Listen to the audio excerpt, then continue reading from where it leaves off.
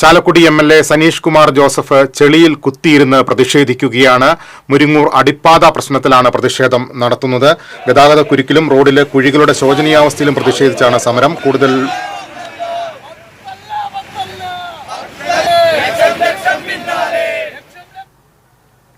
കൂടുതൽ വിവരങ്ങളുമായി ചാലക്കുടിയിൽ നിന്നും ജയനാണ് ചേരുന്നത്. ജയൻ, എപ്പോഴാണ് എം.എൽ.എയുടെ സമരം തുടങ്ങിയത്? എന്തൊക്കെ പ്രധാന ആവശ്യങ്ങൾ ഉന്നയിക്കുന്നു? എന്തെങ്കിലും തരത്തിലുള്ള ചർച്ചകൾക്ക് സാധ്യതയുണ്ടോ? ലിബിഷ, ഇത് ഇന്ന് രാവിലെ 10 മണിയോടെയായിരുന്നു എം.എൽ.എ. ദേശീയപാതയിലെ മുരിങ്ങൂർ ജംഗ്ഷനിൽ കുത്തിയിരിപ്പ് സമരം ആരംഭിച്ചത്.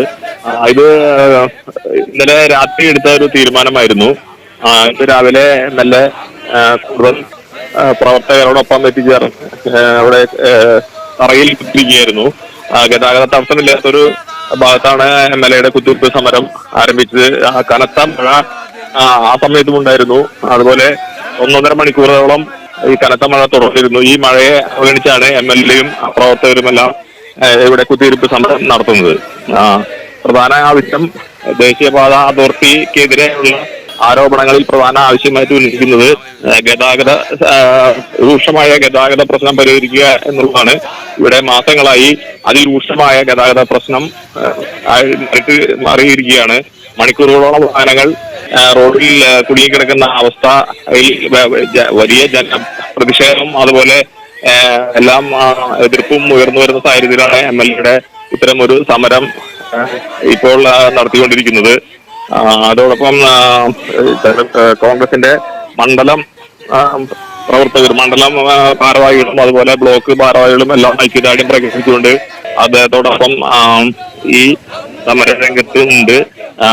ഇവിടെ പോലീസും ഉണ്ട്. ഇതേ സമരം നടക്കുന്ന ഇതേ സമയം തന്നെ എല്ലാ സ്ഥലങ്ങളിലും ആ പ്രദേശമാകെ ഗതാഗത സമരം തുടരുകയാണ്.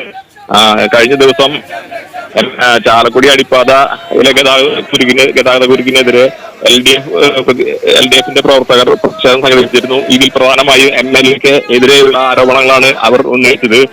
ഇതിനൊരു മറുപടിയും കൂടിയിട്ടാണ് ഇന്ന് സനീഷ് കുമാർ ജോസഫ് എം.എൽ.എ.